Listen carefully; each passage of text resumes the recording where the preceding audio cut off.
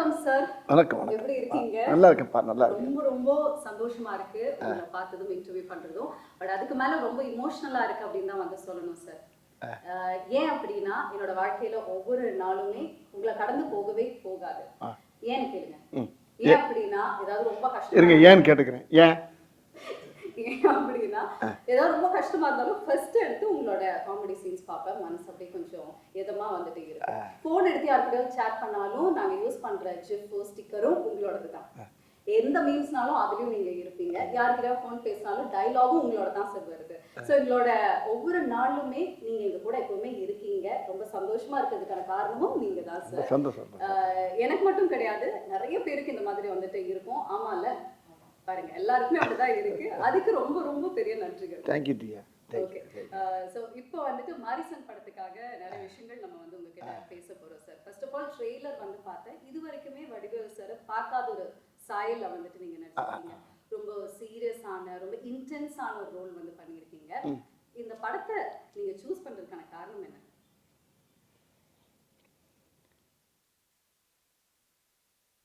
அதான் சார் உங்களோட powerful ice வந்துட்டு தெரியுது. அதாவது நான் எத்தனையோ கதைகள் கேட்டிருக்கேன்.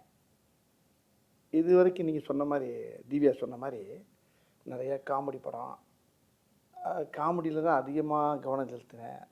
நகைச்சுவையில் போவேன், எல்லாம் பண்ணுவேன். சில கதைகள் வந்து பிளாக் காமெடியோட வரும், சில கதைகள் வேறு மாதிரி இருக்கும். இப்போ மாமன்னன் பார்த்துருப்பீங்க, அது ஒரு மாதிரியான ரெட்ஜைனில் பண்ணப்படாது. இப்படியே பண்ணிகிட்டு இருக்கும்போது இப்படி மாமன்னன் வந்ததுக்குனால எனக்கு இன்னொரு கதை வந்து எனக்கு ஒருத்தர் சொன்னார். இந்த படத்துடைய ரைட்டர் கிருஷ்ணமூர்த்தி. அவர் சொல்லும்போது ரொம்ப நேரம் புரியல எனக்கு. அவர் திரும்பி இன்னும் மறுபடியும் சொல்லுங்கள், இன்னொக்க சொல்லுங்கன்னா அந்த கதைக்குள்ளே என்னால் போகவே முடியல. திருப்பி இன்னும் அந்த சீனை சொல்லுங்கள், அடுத்து இன்னும் அந்த முதல்ல ஒரு சீன் சொல்லுங்கள், அப்படியே ஒவ்வொரு சீனை திரும்ப அவர்கிட்ட கேட்டு உள்வாங்குறேன். வாங்கினா அவர் எங்கிட்ட போகிறாரு, அப்படி போகிறாரு. இந்த சடை பண்ணும்ல பெண்களுக்கு போன அந்த 3 சடை பின்னால் போடுற மாதிரி பல சடை போடுற மாதிரி இந்த ஒரு படத்தை முனியாண்டி விலங்குல பல பக்கம் சடை போட்டிருப்போம்ல, அது மாதிரி பல பெண்டுகள் வருது இல்லை. ஆனால் கதை பார்த்தீங்கன்னா கேட்க அந்த கதையே வேறு மாதிரி இருக்குது.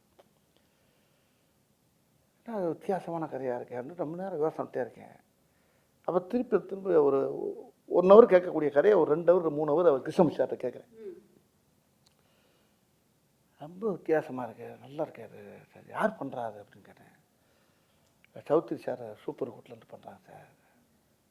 அவருடைய கோபுருஷர் வந்து முகேஷ் சார் அப்படிலாம் சேர்ந்து எல்லாம் பண்ணுறாங்க. சரி அப்படிங்கும்போது அப்போ அந்த கதையை இந்த கதைக்கு நான் பேசிகிட்டு இருக்கும்போது வேறு இதில் யார் இன்னொரு ஆள் யார் அப்படின்னு கேட்குறப்ப அவர் இன்னும் சொல்ல மாட்டேங்கிறார். இல்லை சார் கொஞ்சம் 2-3 நாள் உங்களுக்கு அந்த சஸ்பென்ஸ் வந்துடும் அப்படின்னாரு. அது நான் என்னை சொல்லிட்டீங்க, இன்னொரு ஆர்டிஸ்ட் யாருங்கிறத சொல்லுங்கன்னா அப்புறம் ஃபுல்லாக கதையை கட்டினேன். கதை எனக்கு பிடிச்சி போச்சு. இப்போ 2 நாள் சேர்ந்து திருப்பி மீட் பண்ணுறாரு. மீட் பண்ணோன்னே இந்த கதை வந்து சார் இல்லை பகவத் சார் பண்ணுறாரு சார் அப்படின்னாரு.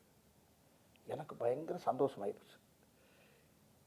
அவரும் இப்போ தான் நம்ம மாமன்னன் காம்பினேஷன் உங்களுக்கு அந்த காம்போ இருக்குல்ல உங்களுக்கு, அவரா சூப்பராக இருக்குமே. அந்த காம்பினேஷன் அவர் கூட பண்ணுறப்போ அந்த படம் எப்படி இருக்கிறது அவனுக்குள்ள நானும் கிருஷ்ணன் சார் ஓட்டி பார்த்தோம். ரொம்ப திருப்பி இன்னொரு மீட்டிங்கில் வர்றாரு. சார் இதில் வந்து டேரக்டர் என் ஃப்ரெண்டு அப்படின்னா அங்கே அருமையான அற்புதமான மனிதர் கிருஷ்ணமூர்த்தி மாதிரி அவர் ஒருத்தர், சுதீஷ் சங்கர். அவர் வந்து பார்த்தா அவர் பெரிய தெய்வ பக்தி. அந்த ஷூட்டிங்கில் எடுக்கும்போது திருவண்ணாமலைக்கு போனால் கேப்பில் போனால் திருவண்ணாமலை சுற்றிக்கிட்டே இருப்பார். ஆமாம், எங்கே ஆளை காணாமல் நம்ம யூரிங்கின்னு போகிறதுக்குள்ள அவர் மலையை சுற்றி இருந்துருவார். அந்த அளவுக்கு அவர் ஒரு பக்திமான ஒரு அருமையான டைரக்டர். அவரை பற்றி சொன்னோன்னா அவர் அந்த சைடில் அவர் டைரக்ட் பண்ணுற மாதிரி இவர் ஒன்லி ரைட்டர் மாதிரி அவர் பேசிக்கிட்டாங்க. சரி உங்களுக்குள்ள அண்டர்ஸ்டாண்டிங் தான், எனக்கு ஒன்றும் பிரச்சனை இல்லை. பவுத் சார் வந்து சொன்னாராம் வடிவேல் சார் தான் நல்லா இருக்கும் அப்படின்னு சொன்னதாக நான் கேள்விப்பட்டாரு. நீங்கள் நான் தான் வந்து இன்டர்வியூ பண்ணேன் பகத் சார். சோ கண்டிப்பா இந்த கதை உங்களுக்கு தெரிஞ்சிருக்கும் அப்படின்னு நினைக்கிறேன். அவர் வந்து என்ன சொன்னாருன்னா, ஃபர்ஸ்ட் நாங்க டீமோட உட்கார்ந்து டிஸ்கஸ் பண்ணும்போது இந்த கதாபாத்திரத்துக்கு வடிவேல் சார் மாதிரி ஒருத்தர் இருந்தா கரெக்டா இருக்கும் அப்படின்னு சொன்னாங்க. அதுக்கப்புறம் வடிவேல் சாரே இருந்தா நல்லா இருக்கும் அப்படிங்கிற மாதிரி மாறி இருக்கு. அப்புறம் மலையாளத்துல பண்ண வேண்டிய படம் இது தமிழ்ல வடிவேல் சாருக்காகவே பண்ணணும் அப்படிங்கிற வந்து மாறி இருக்கு அப்படின்னு சொல்லி நீங்க இதை எப்படி பாக்குறீங்க? ஐயோ பெரிய அவர் சொன்ன வார்த்தை எனக்கு வந்து மனசை ரொம்ப நெகிழ வைக்குது. என்னன்னா எனக்கு எப்படி நீங்கள் எப்படி செய்யோ அது மாதிரி எனக்கு பெரிய லட்சம் கோடி மக்களில் எவ்வளோ பேர் ரசிக்கிறோ அதில் அவரும் எனக்கு பெரிய ரசிகர். அவர் என் நேரம் பார்த்தாலும் அப்பா வந்து உங்களை பாடுறா வடிவேல் இப்படி பண்ணுறாரு பாடுறா அப்படின்னு சொல்லுவார். அப்பாவை நானும் எங்கள் ஃபேமிலியெல்லாம் பயங்கர ஃபேன் அவங்களுக்கு அப்படின்னாரு. அப்படியே சார் நான் சின்ன பிள்ளைலேருந்து 12வது படிக்கிலேருந்து உங்கள் பார்த்துக்கிட்டேங்க சார், நான் பயங்கர தீவிர ஃபேன் சார் நான் அப்படின்னு மாமன்னே என்கிட்ட ரொம்ப நேரம் சொல்லியிருந்தார். இப்போ இந்த படத்தில் ரொம்ப நெருக்கமாக உட்காந்து பேசக்கூடிய அளவுக்கு இந்த படத்தில் அவருக்கு கூட எனக்கு ஒரு வாய்ப்பு கிடைச்சது. அது அவர் கூட பண்ணுறப்ப மராக்கல் அறியேன். அப்புறம் ஹீரோ நான் வந்து அவர் தான் ஹீரோன்னு இன்னும் சொல்லிக்கிட்டு இருக்கேன். எனக்கு ஹீரோ அவர் தான். இல்ல இதுல இன்னொரு ட்விஸ்ட் இருக்கு. ஒரு கேள்வி அவர்கிட்ட வந்து நான் கேட்டேன், யார் சார் இந்த படத்துல ஹீரோ? ஏன்னா ரெண்டு பேருமே ட்ரெய்லரை பார்க்கும்போது ஈக்குவலா இருக்கு கேரக்டர். எனக்கு ஒரு கன்ஃபியூஷன், யார் சார் இதுல ஹீரோ, நீங்களா இல்ல வடிவேல் சார் அப்படின்னு கேட்கும்போது அவர் சொன்னாரு இல்லவே இல்லைங்க 100% வடிவேல் சார் தான் ஹீரோ அப்படின்ட்டாரா? ஆமா. என்னன்னா வந்து ஃபஹத் சார் ஹீரோ அப்படின்னு சொல்றாங்க. அதாவது ஒரு கை இந்த கை ரெண்டு கை சேர்ந்த தட்டில் தானே சத்தம் கேட்கும். அது மாதிரி அவரு நான் சேர்ந்து இணைந்த கைகள் இந்த மாதிரி அவர் கூட நடித்தது எனக்கு பெரிய பாக்கியம் அப்படிதான் நான் நினைக்கிறேன். ஆனால் அவர் என்ன நினைக்கிறாரு, என்னைய பெருசாக சொல்கிறாரு. எப்படியோ இந்த படத்தில் அந்த கதை வந்து அருமையான கதை தான் அந்த படத்துடைய கண்கள். அது அந்த படத்துடைய டைரக்டரும் அந்த டீமே நல்ல டீம். அதெல்லாம் முக்கியமான ஆள் யாராரு கேட்டிங்கன்னா அப்போ நான் அவர் sir Bhagat sir, director Sudheesh Shankar அவர், கிருஷ்ணமூர்த்தி சார். அதில் இன்னொரு பெரிய விஷயம்னா நம்ம யுவன் சார். ஆமாம், அது நீங்கள் கேட்கறதுக்கு முன்னால் நான் சொல்லிட்டேனோ. ஆமாம், யுவன் சார் வந்து அந்த படத்தில் அப்படியே தள்ளி இருக்கார். அப்புறமா அவருடைய இசையெல்லாம் கேட்குறப்ப ரொம்ப அருமையாக இருக்குது. அதை விட இன்னொரு ஒரு பெரிய எல்லா டெக்னிக்ஸுமே சூப்பராக இல்லை. இந்த கேமராமேன் ஒரு ஆள் இருக்கார், கலைன்னு ஒரு பேர். உண்மையிலே கலை டைப்புள்ள தான் கேமராமேன் கலை. அந்த படத்தை அவ்வளோ அழகாக அந்த படத்துக்குள்ளே போகிறப்ப ஒரு மலையாள சினிமாக்குள்ளே போய் நடிச்சு வந்த மாதிரியே இருக்குது எனக்கு. ஆனால் தமிழ் படம் தான். அவங்க என்ன தமிழ் வந்து எடுத்துட்டு மலையாளத்துக்கு போகுது. இப்போ அந்த கதையுடைய போக்கு அது எல்லாம் பார்த்தா நேச்சுரலாக இருக்குது. அந்த லொக்கேஷனுக்கு போனப்போ எல்லாம் நான் கேரளா போயிட்டு வர மாதிரியே இருக்கும். நம்ம ஊரில் தான் எடுக்கிறாங்க எல்லாம். லம்பா சமுத்திரம் அங்கிட்டு இங்கே போகிறாங்க, இங்கே திருவண்ணாமலை போகிறாங்க. போனால் ஒவ்வொரு லொக்கேஷன் பார்த்தீங்கன்னா இங்கே ஒரு 35 கிலோமீட்டர் 40 கிலோமீட்டர் மலைக்கு அடியில் அடிவாரம் யானை வர்ற ஏரியா அங்கிட்ட தான் போய் எடுக்கிறது. ஆனால் பார்த்தா அப்படியே அந்த கதைக்கும் அந்த கதையோடு சேர்ந்து பொருள் பார்த்துங்க அந்த லொக்கேஷன். அது அப்போ ஆர்டிஸ்ட் வேலை செய்யவே ஆசையாக இருக்கும். அப்படி ஒரு அழகான ஒரு படம், மக்களுக்கு ரொம்ப கண்டிப்பா ட்ரெய்லர்ல பாக்கும்போதே அவ்வளோ ஃப்ரெஷ்ஷா இருக்கு, அழகா இருக்கு. சீன்ஸும் ஃப்ரேம்ஸும் அதுல உங்க எல்லா பேருமே உள்ள ஆடியன்ஸே கதைக்குள்ள வந்துட்டா பண்ணா படத்தை வெளியே போக முடியும். இன்ட்ரோலுக்கு தான் உள்ள போக முடியும். அது வரைக்கும் கதைக்குள்ளேயே வந்துடுவாங்க எல்லாரும். அப்படி அந்த கதை அந்த ஈர்ப்பு அது எனக்கே ஒரு பெரிய வாழ்க்கையில் கிடைச்ச ஒரு புது அனுபவமாக இருக்கு எனக்கு. Super sir. சரி, இந்த கதை இந்த வடிவில் நான் பார்த்தது இல்லை. ஆமாவா? நான் ஃபஸ்ட்டு வந்தோன்னே எனக்கு இந்த கதையை கட்டு சரி என்ன இது காஸ்டியூம் சார் அப்படின்னு. அப்போ கிருஷ்ணமூர்த்தி சார் தான் வந்தார், ரைட்ரு. வந்து ஒரு ஸ்டில் எடுத்தார். ஒரு ஃபேன் செட்டு போட்டு இன் பண்ணி நிற்கிறேன். இந்த இதுதான் ஒரு ஸ்டில்லு போட்டு நிற்கிறேன். எனக்கு இந்த ஒரு ஸ்டில்லு போதும் சார் அப்படின்னாரு. என்ன சார் நிறையா எடுப்பாங்களேண்ணா? ஒன்று இதான் சார். ஓகே சார் அப்படின்ட்டாரு. இல்லை இன்னும் 10-20 எடுங்க, வேறு மாதிரி எடுப்பா. என் மைண்டு மாறிடுச்சு சார், இதுதான் அப்படின்னாரு. இப்போ இந்த கெட்டப்பில் என்ன பார்க்குறாரு. அப்போ நான் என்ன பார்க்குறேன், மாமன்னனுக்கு இதுக்கு ரொம்ப சேஞ்சு கிடைக்கல உங்களுக்கு. அது ஃபுல்லாக வெயிட் ஷர்ட்டோடு வருது. இது ஒரு ஃபேன் போட்டு ஒரு இன் பண்ணி ஒரு பேக்கோடு இருக்கார். பட் இவர் கேரக்டர் அவர் கேரக்டர்னு பார்க்குறப்ப எனக்கே ஒரு புதுசாக இருந்துச்சு. ஒரு வித்தியாசமான ஸ்டைல்ல நான் முதல்ல சொன்ன மாதிரி உங்களுக்கு ஒரு டிஃபரண்டான எக்ஸ்பீரியன்ஸ், உங்களுக்கும் அந்த மாதிரி தான் இருந்திருக்கு. ஆமாம்மா, நானே ஆடியன்ஸ் என்ன படம் பார்க்கல, நான் நடிக்கும்போது அந்த ட்ரெயிலரை பார்க்கும்போது எனக்கே என்ன கேட்டாங்க, ட்ரெயிலர் பார்த்தீங்கன்னா சார் என்ன கொச்சா என்ன கண்ணை கட்டுறது என்ன புரியல. வித்தியாசமாக இருக்குது அப்படின்றது ரொம்ப பெருமையாக இருந்துச்சு எனக்கு. ஓகே, இந்த கதை வந்து நீங்க கேட்கும் பொழுது எந்த விஷயம் அப்போ கண்டிப்பா இந்த கதைக்கு நான் ஆக்டா இருக்கேன், நான் இதை கண்டிப்பா பண்ணணும் அப்படின்னு எந்த பாயிண்ட்ல உங்களுக்கு தோணுச்சு சார்? ரொம்ப அருமையான கேள்வி இது. இந்த கேள்வி தான் இந்த பேட்டியிலே ரொம்ப முக்கியமான கேள்வின்னு நினைக்கிறேன். இது எப்படின்னா, இன்னைக்கு இருக்க காலகட்டம், இந்த இந்த நிகழ்காலங்கள் இன்னைக்கு இருக்க, நம்ம இதுக்கு முன்னால் இருக்கிறது வேறு மாதிரி இருந்துச்சு, நம்ம வேறு மாதிரி பண்ணாங்கிறதெல்லாம் வேறு விஷயம். இன்றைக்கி காலங்களில் இன்றைக்கி இருக்க இளைஞர்கள் மத்தியில் இன்றைக்கி நிறையா இன்றைக்கி வந்து இந்த இந்த இந்த கதை ரொம்ப ஒரு சமூக விழிப்புணர்வை ஏற்றக்கூடிய சொல்கிற அளவுக்கு இந்த கதையில் அந்த திரைக்கதை அமைஞ்சிருக்க முடியும். ஆமாம், பொதுவாகவே இப்போ நானும் ஹீரோ கிடையாது, யாரும் கிடையாது கூட வச்சுக்கோங்க, இந்த கதை தான் ஹீரோ. அவ்வளோ அற்புதமான விஷயத்த டைரக்டரும் கதாசிரியர் இந்த படத்தை ரொம்ப அருமையாக இயக்கியிருக்காங்க. ரொம்ப முக்கியமான விஷயம் என்னென்னா, மக்கள் இந்த படத்தை பார்க்குறப்ப ஒரு ரொம்ப பேருக்கு ஒரு பெரிய விழிப்புணர்வாக இருக்கும். அது ஒன்று. இதில் நடிச்சிருக்க ஆர்டிஸ்ட் அத்தனை பேருமே இந்த கதையோட நல்லா பின்னி பிணைஞ்சிட்டாங்க. எல்லா பேருமே. இதில் பவுட் சார் கிடச்சது வந்து இந்த படத்துக்கு அது இன்னும் மெருகேற்றிருக்கு. அதுதான் இன்னொன்று அந்த இப்போ இந்த ட்ரெய்லரை பார்த்து எல்லோரும் ஆளுக்கு ஒரு கதை எழுதுறாங்க, ஒவ்வொரு கதையாக எழுதிட்டு வர்றாங்க. இப்போ அந்த கதையில் 4-5 கதை எங்களுக்கு கிடச்சிருக்கு. அதே டைரக்டர் ஆட்டையை போட்டு பண்ணலாம்னு இருக்காரு. ஆமாம், இல்லை அவங்க சொன்னது அது புதுசு புதுசாக இருக்குது, அது ரொம்ப இன்ட்ரெஸ்டிங்காக இருக்குது. ட்ரெய்லரை வச்சு அவங்க ஒரு கதை சொல்லிட்டு இருக்காங்க, இது நல்லா இருக்கே, இது அது இது அதோட இது ஒரு ஒவ்வொன்றும் ஒரு மாதிரியாக இருக்குது. ஆனால் அந்த கதையில் இருக்க விஷயங்கள் வந்து மக்களுக்கு ரொம்ப படமாக நீங்கள் பார்க்குறப்ப ஆல் ஆடியன்ஸ் எந்திரிச்சு கை தட்டுற அளவுக்கு அந்த படம் அந்த இயக்கியிருக்காங்க. ஆமாம், சஸ்பென்ஸாவும் நிறைய விஷயங்கள் பொறுத்து வந்து பார்க்கணும். ஓகே, நீங்க இந்த படத்துல நடிச்ச நடிகர்கள் பத்தி சொன்னீங்க. முக்கியமா நம்ம கோவை சரளமாவும் வந்து நடிச்சிருக்காங்க. உங்களோட காம்பினேஷன் பல வருடங்கள் கழிச்சு ஸ்கிரீன்ல பார்க்குறேன். அவங்க கூட சேர்ந்து இல்லைனாலுமே இந்த படத்துல அவங்க ஒரு வித்தியாசமான கேரக்டர் அவங்க அவங்க பண்ணியிருக்காங்க. ரொம்ப சீரியஸாக பண்ணியிருக்காங்க. அவங்க ரொம்ப நல்லா பண்ணியிருக்காங்க. அவங்க சும்மாவே அவங்க வந்து பிறவி ஆர்டிஸ்ட். அவங்கள சொல்லவா வேணும் உங்களுக்கு. அவங்க எந்த கேரக்டர் கொடுத்தாலும் அசத்திட்டு போகிறாங்க. அதான் தமிழ் சினிமாவில் அவங்க இன்னொரு மனோரமா மாதிரி இருந்துச்சுங்களேன். அவங்க இந்த படத்தில் வேற மாதிரி அவங்க பண்ணியிருப்பாங்க. சூப்பர். ரொம்ப வருடங்கள் கழிச்சு நீங்கள் இந்த படத்தில் நடிக்கும்போது அனுபவம் எப்படி இருந்தது சார் அம்மா கூட? அவங்களுக்கு எனக்கு அதிகமாக காம்பினேஷன் வராது. அப்படி இருந்தாலும் ஒரு சில இடத்துல காம்பினேஷன் இருப்போம். அவங்க ஒரு போலீஸ் ஆஃபீஸராக வராங்க, அது வேற மாதிரி இருக்காது. சரி, இந்த கதாபாத்திரத்துக்கு டெஃபினட்டாக ஒரு டிஃப்ரெண்ட்டான லுக் உங்களுக்கு வந்துட்டு இருக்கு. பட் நீங்கள் எப்படியெல்லாம் வந்து ட்ரெயின் எடுத்தீங்க சார்? ஏதாவது ட்ரைனிங்கோ இல்லை இதுக்கு வந்து நீங்கள் ஏதாவது ஸ்பெஷலாக ரிஹர்சல்ஸோ அந்த மாதிரி ஏதாவது? இல்லை இல்லை இல்லை இல்லை இல்லை அந்த கதையை நல்லா உள்வாங்கினேன். ஒரு தடவைக்கு 100 தடவை உள்வாங்கினேன். வாங்கி அந்த கதாபாத்திரத்தை வந்து உள்வாங்கும் போது எனக்கு அதான் சொல்லலை, படம் ரிலீஸுக்கு முன்னால் இன்னும் இந்த கேள்விக்கெல்லாம் சரியான விட கொடுப்பேன் நான். என்ன இது முடிஞ்சதுக்கு அப்புறமா நீங்க எல்லாத்தையும் வந்து சொல்லியிருந்திருப்பீங்க. கொஞ்சம் யோசனை பண்ண வேண்டியதாக இருக்கு.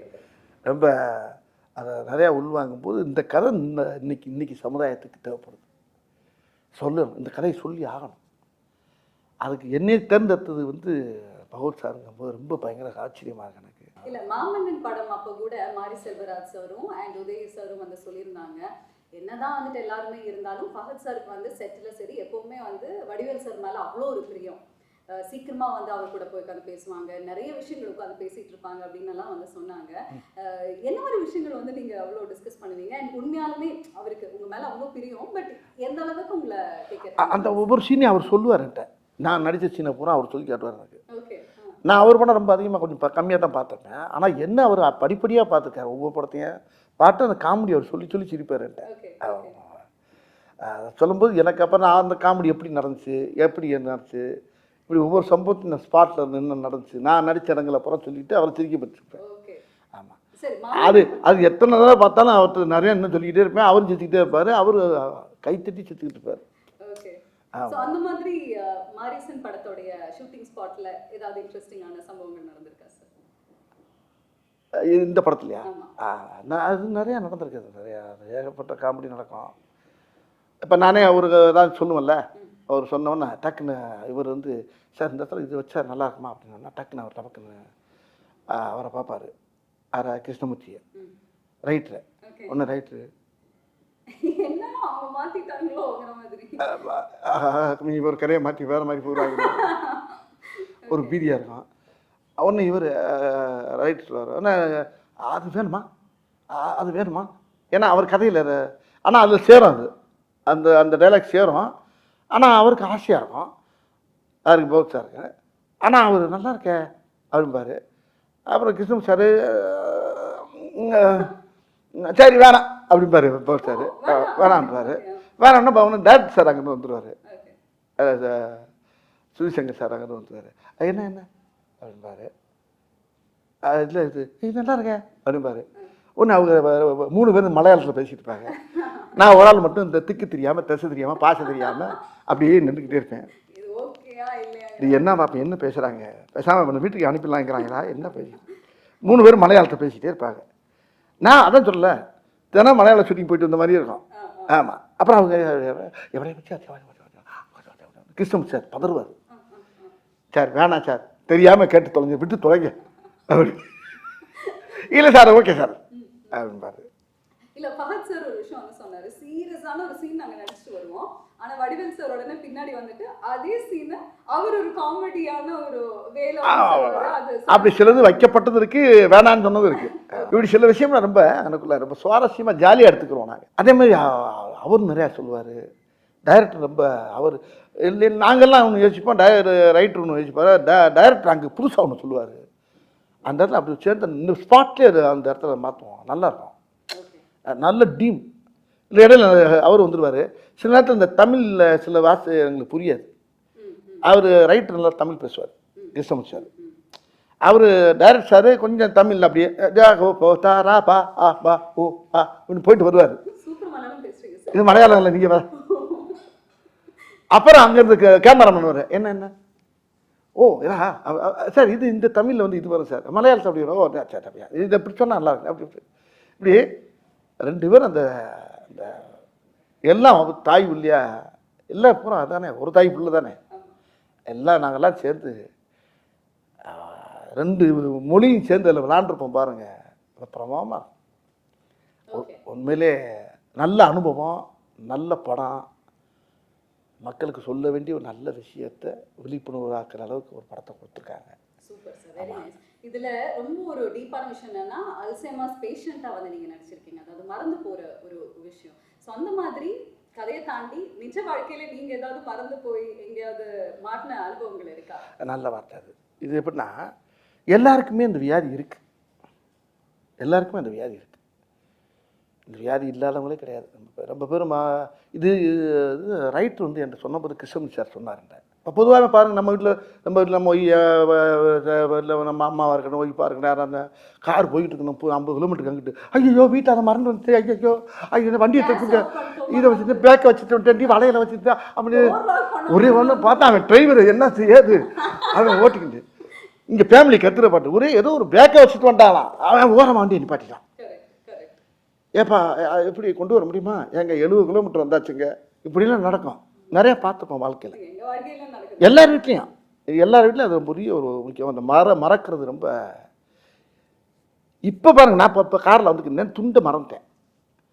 இந்த துண்டை வீட்டில் வச்சுட்டு வந்தா கையில் துண்டு இல்லாமல் இருக்க முடியாரா, ஐயோ அந்த தவளை காணாமடான்னு சொல்லிட்டு வந்தேன். வெளியே வந்து பார்க்குறேன், டவுசர் பையில் இருக்கு, இங்கே என்ன இருக்குது, அந்த ஆட்டை தோலில் போட்டு தருவாங்கல்ல, அது மாதிரி நிறைய விஷயங்கள் மறதிங்கிறது வந்து வாழ்க்கையில் மனுஷனோட ரொம்ப கலந்துருச்சு இன்னைக்கு. அப்போ அந்த மறதிங்கிறத எப்படிங்கிறத அந்த இடத்துல அது எனக்கு இந்த கதையில் வந்து ரொம்ப உதவியாக இருந்துச்சு. ஓகே, நிஜ வாழ்க்கையில் என்ன சார் நினைக்கிறீங்க? இது ஒரு பர்சனல் குவெஸ்டன். மறந்து போகிறது வந்துட்டு அது ஒரு பாசிட்டிவான விஷயமா இல்லை அது ஒரு நெகட்டிவ் அப்படின்னு நினைக்கிறீங்களா? ஏன்னா நிறைய சம்பவங்கள் நம்ம மறந்தா போதும் அப்படின்னு வந்து தோணும், அதனால நிறைய நெகட்டிவும் இருக்கு. பட் நீங்க எப்படி சார் இதை பார்க்க? ஆமாம், அது மறதிங்கிறது வந்து பெரிய ஆபத்தான விஷயம் இல்லை. மறதிங்கிறது எவ்வளோ பெரிய விஷயம். டைரக்டர் என்கிட்ட சொன்னார், முதல்ல நேரத்தை மறக்கிறது, அப்புறம் இடத்தை மறக்கிறது, அப்புறம் தன்னை மறக்கிறது. தன்னை மறந்தாச்சுன்னா உயிரோடு இருந்து பிரயோஜனம் இல்லை. அப்படி ஒரு வியாதி எனக்கு இந்த படத்தில். அதுக்கப்புறம் கதையான எனக்கு அப்படி ஒரு வியாதி எனக்கு அந்த படத்தில் இருக்குது. அதைத்தான் நானும் படத்தை பார்க்கணும்னு ஆசையாக இருக்கேன். இன்னும் பார்க்கல, நான் ட்ரெய்லர் பார்த்துட்டு தான் இருக்கேன். போய் பார்த்தோம். ஏன்னா இந்த ட்ரெய்லர் பார்த்ததுக்கு அப்புறமாவே ரொம்ப ஆசையே இருக்கு, எப்படி கதை போகும் இவங்க ரெண்டு பேரும் காம்பினேஷன். ஆக்சுவலி இவங்க ரெண்டு பேருக்குள்ள என்ன காம்பினேஷன்ல வந்து டிராவல் பண்ணி, ஏன்னா அவர் திருட அப்படிங்கிறது வந்து தெரிஞ்சிச்சு ட்ரெயிலே, நீங்க ஒரு பேஷண்ட், பட் இவங்களுக்குள்ள இருக்கக்கூடிய அந்த ஒரு உறவு என்ன, எப்படி போகுது, எப்படி முடிய போகுது அப்படின்னு தெரிஞ்சுக்கிறதுக்கு எங்களுக்கு ரொம்ப ரொம்ப ஆவலா தான் இருக்கு. நீங்க வந்து சொன்னீங்க லொகேஷன்ஸ் எல்லாம் அவ்வளோ அருமையா இருக்கு, சூப்பரா இருந்ததுன்னு. முழுக்க முழுக்க ஒரு ரோட் ட்ரிப் கதை மாதிரி வந்துட்டு ஃபீல் ஆகுது, அந்த மாதிரியா சார்? நீங்கள் அப்படி பேசிட்டே கதையை பூரா கேட்குறீங்களா இப்போ? ஆமாம், படம் பாருங்க, படத்தை பார்த்துட்டு அடுத்து இன்னொரு பேட்டியில் வெட்டி விழாவில் இருக்குல்ல. இப்போ இன்னொரு விஷயம் என்னன்னா, இப்போ சௌத்ரி சார் எனக்கு பேசினார், இப்போ உங்களை பேசுறதுக்கு முன்னால் என்கிட்ட பேசினார். இந்த படத்துடைய producer super good Chowdary sir பேசினார். வடிவேல் படத்தை பார்த்தேன், பயங்கர சந்தோஷமாக இருக்கேன் நான். ஆனால் என்ன சௌத்ரி சார் என்ன, ஆமாம் வடிவேல் 98வது படம் அது, எனக்கு ரொம்ப ரொம்ப ரொம்ப ரொம்ப ஹாப்பியாக இருக்கேன் ஐயா நான். ஆமாம், நல்லா பண்ணியிருக்கேன், பகுத்து நல்லா எல்லாமே நல்லா பண்ணியிருக்கீங்க. நான் சொன்னேன், தமிழ் சினிமாவுடைய ஜாம்பவானே நீங்கள் தான். ஒரு கதையை செலக்ட் பண்ணால் சாமானியமாக செலக்ட் பண்ணி அதை வந்து ஓகே சொல்ல மாட்டீங்க. அப்படியே ஓகே சொன்னாலும் ஒரு ஆளை கூப்பிட்டு பாராட்டுறது ரொம்ப ரேர் எனக்கு தெரிய. ஆமையா, உனக்கு தெரியுமில்ல என்னை பற்றி, நான் உன்னை கூப்பிட்டு பாராட்டுறேன்னா எனக்கு அவ்வளோ உன்னை பாராட்டுன்னு 2 நாளாக உன் நம்பரை கேட்டு நான் பேசி தேடி ஒரு கேட்டுக்கிட்டேன். அதனால ஒன்றே பிடிக்க முடியல, நீ கொஞ்சம் பிஸியாக இருந்த ஒரு அப்படின்னாரு. அப்போ நான் அந்த பிரபுதேவா படத்தில் டிஸ்கஷனில் நானும் போய் கொஞ்சம் கலந்து போய்கிட்டு இருக்கேன். இப்போ அவர் நானும் பண்ணுறோம் ஒரு படம். ஆமாம் ஆமாண்ணே, ஆமாம் ரொம்ப நல்லா இருக்கு அப்படியில. அது பெருவாயால் சொல்கிறது வந்து பெரிய தேசிய அவார்டு கிடைச்ச மாதிரி எனக்கு. அந்த படத்தை அவர் பாராட்டினது தான் எனக்கு வந்து பெரிய வெற்றி இந்த படத்தை. சரி, இந்த படத்துல இருந்து மக்கள் வீட்டுக்கு போகும் பொழுது என்ன மாதிரி ஒரு எக்ஸ்பீரியன்ஸ் இருக்கும்னு நினைக்கிறீங்க? அதனால் முழுமையாக ஏற்றுக்குறாங்க அந்த படத்தை, ரொம்ப படத்தை ரொம்ப ரசிப்பாங்க. இது இந்த அதான் சொல்லலை, இந்த படம் வந்து முக்கியமாக அன்றைக்கி வந்து ஜனங்கள் மத்தியில் அது வந்து ரொம்ப பெரிய உஷாரம் உண்டாக்கும். ஜனங்கள் மத்தியில் ஒரு விழிப்புணர்வு வரும், பெரிய உஷாரம் உண்டாக்கும், பெரிய ஒரு மாதிரியான ஒரு படம் அது. காத்திருப்போம். அண்ட் உங்களுக்கு மாரிசன் படம் எந்த அளவுக்கு ஸ்பெஷல்? மாரிசன்ற டைட்டில் எனக்கு ரொம்ப வித்தியாசமாக இருந்துச்சு. டைட்டில் என்ன வச்சுருங்கன்றப்ப அப்போ டைரக்டர் இவரும் சேர்ந்து சொன்னாங்க மாரிசன். மாரிசன்கிறது மீனிங் என்னன்னு கேட்டேன் நான். அதுக்கு மீனிங் சொன்னார். அதுவும் அந்த ராமாயணத்தில் வந்து அந்த சீதையை கடத்தும் போது மானா மாறி உள்ளே போகும்ல, அந்த கேரக்டர், அது பேர் தான் மாரிசன்னார். இதெல்லாம் எனக்கு தெரியாது, நான் ராமாயணம்லாம் படிக்கலாமா. அவர் சொன்னார் அந்த அந்த அந்த டைட்டிலுக்கு இந்த கதைக்கு என்னங்க போனால் இந்த டைட்டிலை வச்சு கதை கேட்டேன் நான். அப்போ நீ கேட்ட கேள்வி என்ன அதானே கேட்டீங்க? இப்போ நீங்கள் கேட்டது இந்த அதான் அந்த டைட்டிலுக்கு ஏற்ற இந்த கதை வந்து ரொம்ப ஆப்டாக இருந்துச்சு. அந்த கதை அது ரொம்ப என்னை ரொம்ப பாதிச்சிருக்கு இந்த படம். எனக்கு ரொம்ப பிடிச்ச கதை, ரொம்ப என் வாழ்க்கையிலே இது பெரிய வரலாறு மாதிரி இருக்குன்னு நினச்சிங்களேன். எனக்கு இது பெரிய ஒரு பெரிய மைல்கல். இது எத்தனையோ படம் பண்ணிக்கேன், வரிசையாக பண்ணிகிட்டே வந்திருக்கேன். ஒவ்வொரு படத்தில் புலிகேஷ் பண்ணியிருக்கேன், அது ஒரு பெரிய படம். மாமன்னுக்கு அப்புறம் நீங்கள் ஜம்ப் பண்ணி வந்த மாரிசன். இப்போ என்ன கேட்டினா ஒவ்வொரு படமும் இப்போ எனக்கு எல்லாமே கலந்து வருது. இப்போ ஒரு கேரக்டர் ரோல் வருது.